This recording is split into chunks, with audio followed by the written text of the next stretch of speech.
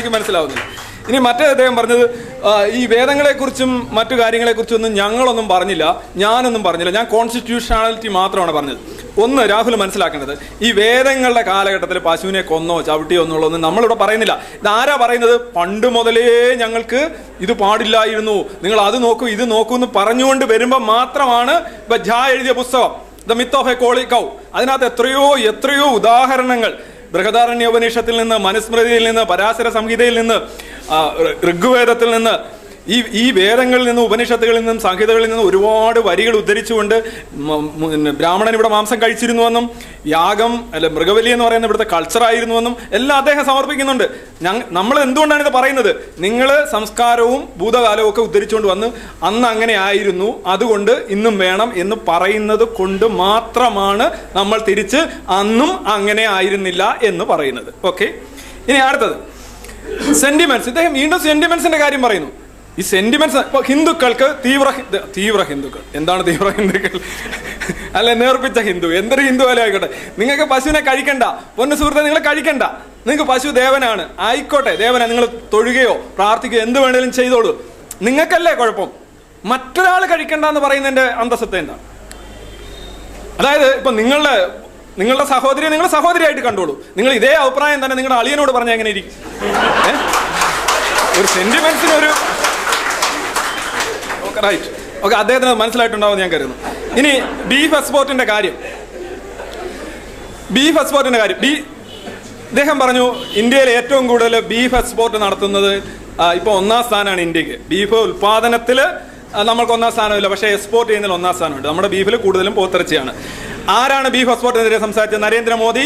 ബീഹാർ 2014 ഇലക്ഷനൊക്കെ പറഞ്ഞു ഇവിടുന്ന് pink revolution വരുന്നു, ഇവിടുന്ന് മാംസം കയറ്റുമതി ചെയ്യുന്നു, മൻമോഹൻ സിംഗ് കാണിക്കുന്നു, എൻ്റെ ഹൃദയം പിളരുന്നു, ഡെസ്കിലൊക്കെ ഇടിച്ചുകൊണ്ടാണ് അദ്ദേഹം പറഞ്ഞത്. എന്താ സംഭവിച്ചത്?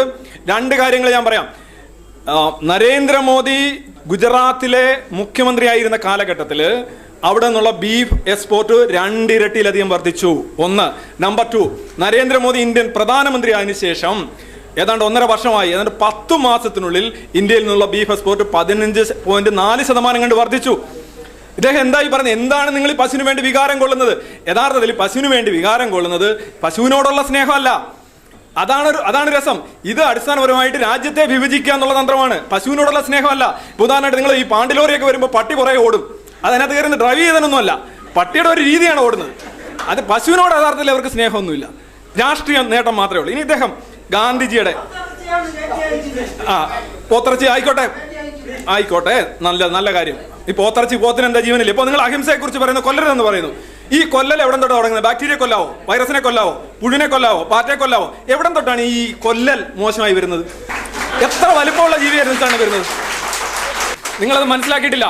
ഇനി ഒരു ചോദ്യം ഇവിടെ വന്നിരിക്കുന്നു, റിലീജിയസ്, അതെല്ലാം പറഞ്ഞു. ഇനി ഇദ്ദേഹത്തിന്റെ സാറേ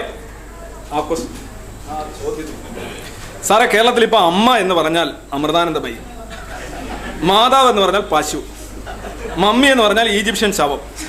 ഇനി സ്വന്തം അമ്മയെ തിരുവനന്തപുരം ഭാഷയിൽ തള്ള എന്ന് വിളിക്കേണ്ടി വരുമോ? ഇതാണ് ചോദ്യം. എനിക്കറിയില്ല ആരാ എഴുതിയെന്ന്, പക്ഷെ ഞാൻ ഇന്നലെ മെനിയാന്ന് പ്രസിദ്ധീകരിച്ച പുസ്തകത്തിൽ ഞാൻ ആദ്യത്തെ വരി ഇതുമായിട്ടൊന്ന് ഒത്തുപോകുന്നതുകൊണ്ട് ഞാൻ വായിക്കാം. നമ്മുടെ രാജ്യം ഒരുപാട് മാറിക്കൊണ്ടിരിക്കുന്നു. മനുഷ്യരെക്കാൾ പശുവിനെ സ്നേഹിക്കുന്ന ജനക്കൂട്ടം എമ്പാട് ഉരുത്തിരിയുന്നു. വൃദ്ധ മാതാപിതാക്കളെ ക്ഷേത്രങ്ങളിൽ കൊണ്ടുപോയി നടതള്ളുന്നവർ പോലും ഗോമാതാവിന് വേണ്ടി കൊല്ലാനും കൊല്ലപ്പെടാനും കച്ചകെട്ടുന്നു. സ്വന്തം മാതാവിനെ തള്ളേ എന്ന് വിളിക്കാൻ പോലും മടിക്കുന്നവർ അമ്മേ എന്ന് നിലവിളിച്ചുകൊണ്ട് ആൾ ദൈവത്തിന്റെ കാലിൽ പുഴുക്കളെ പോലെ ചുറ്റിവരിയുന്നു. Something related to that. ജീവിച്ചിരുന്നപ്പോൾ ഒരു മുഴം തുണിയോ ഒരു തുള്ളി ഔഷധമോ മാതാപിതാക്കൾക്ക് നിഷേധിക്കുന്നവർ മരണശേഷം ശീതീകരിച്ച വാഹനങ്ങളിൽ ആർഭാടമായി ബലിയിട്ട് ഫേസ്ബുക്കിൽ ഫോട്ടോ പ്രസിദ്ധീകരിച്ച് പുത്രധർമ്മം നിർവഹിക്കുന്നു.